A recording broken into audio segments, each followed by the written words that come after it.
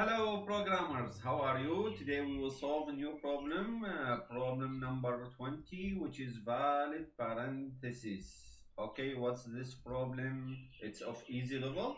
It's really easy once you understand it. So we will given a string containing these characters, like could be open parentheses or close, like open round parentheses, open curly bracket, or open square bracket, and then its corresponding close. Could be in any order the string will given to us, and it's required from us to determine if the if this string, the open and close brackets, are in correct order and is it valid or not. You know, in whether you are writing in Word document or in programming language, when you open a bracket, you should close it. And if you open square, you should close it with square. If you open parentheses, you should close it with parentheses. If you open curly bracket, we should also close it with curly bracket. This is very known to us. And also, so we have rules here. Open bracket must be closed by the same type of bracket. We already explained it. Open brackets must be closed in correct order. That means if we open like round parentheses and then square bracket, we cannot close the round first and then the square later. So it's like a stack. We open this, we close this, we close the square, and then we close the round. It's like stack. Last in should be first out. It's not exactly the same, like last in open should be first out close. So I will also create here an empty array to store what's open and then to pop it and to see if it's closed or not. This is the second law. The third law, every closed bracket has a corresponding open bracket of the same type. So every closed bracket, like if this is closed, we should have before it an open. We cannot start our string with a closed bracket and then open. This is invalid, and it's very clear to you it's invalid. We should start with open, then with the close. So these rules are clear. So in my code, I will use this dictionary, okay, this dictionary, to map every open with its close, every open with its close, every open with its close. And we have a string, could be, for example, let's take this example, open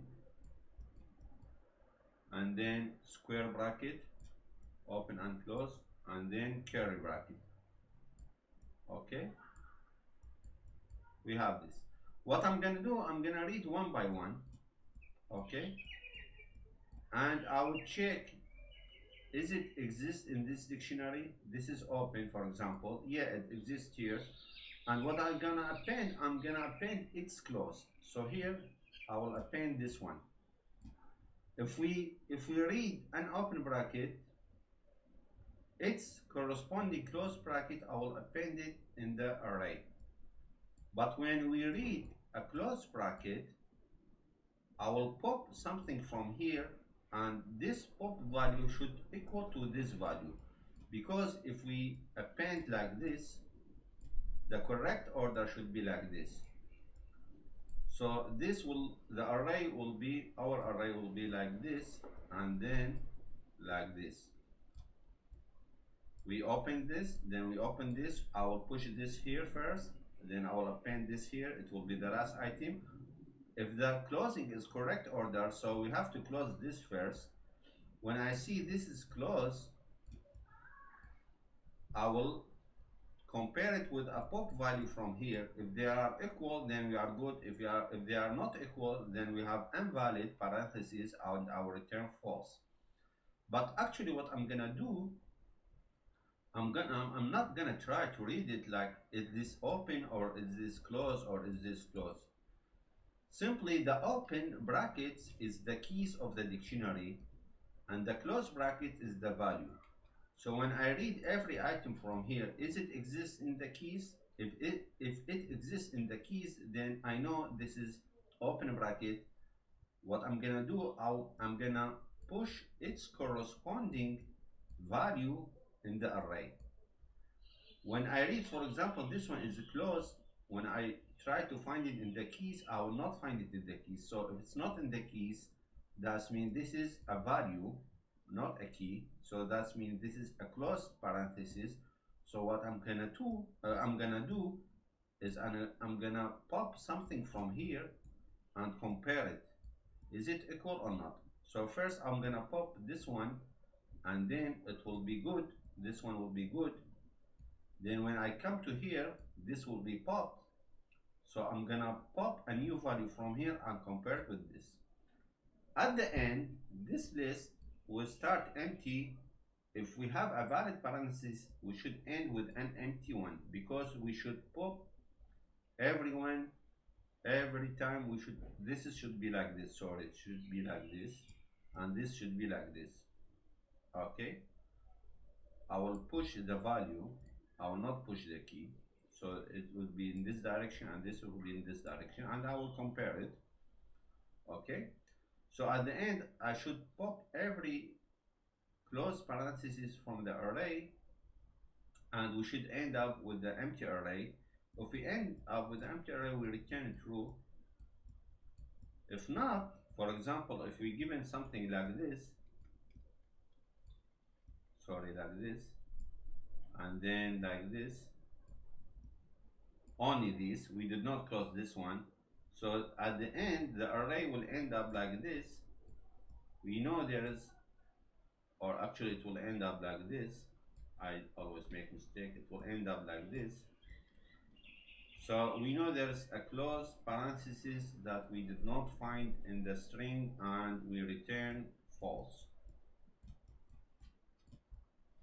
So let's go to the Jupyter Lab, and when I write the code, I will explain it more. So I have my dictionary here. I will initiate an empty array as a result. I will call it result. So for every character in the string, if the character is in parentheses, if exists, if we are read from S, if it's this one or this one or this one, okay, we will append it in the result. So we do result.append and append the value of the parentheses, so of the character, like this. So we will append the clause, because later we need to read the clause and pop it from the result and compare it if they are equal or not. So if the character is not in the parenthesis key, that means the character is not open character, it's a closed character. So what we do, first we need also make sure the result is not empty, the array is not empty, it have value, and character does not equal the result dot pop.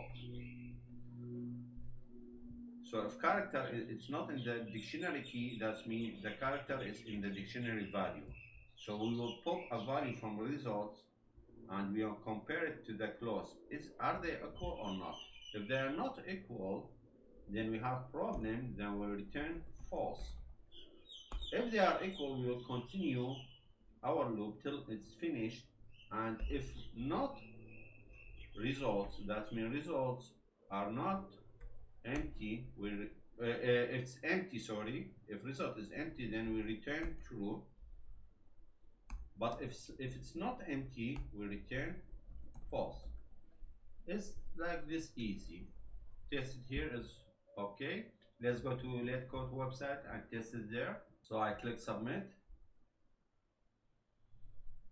and yeah, time complexity is 100%, memory complexity is 85%. Very great results. Thank you very much for watching. Please leave a comment, and I'll see you in the next video.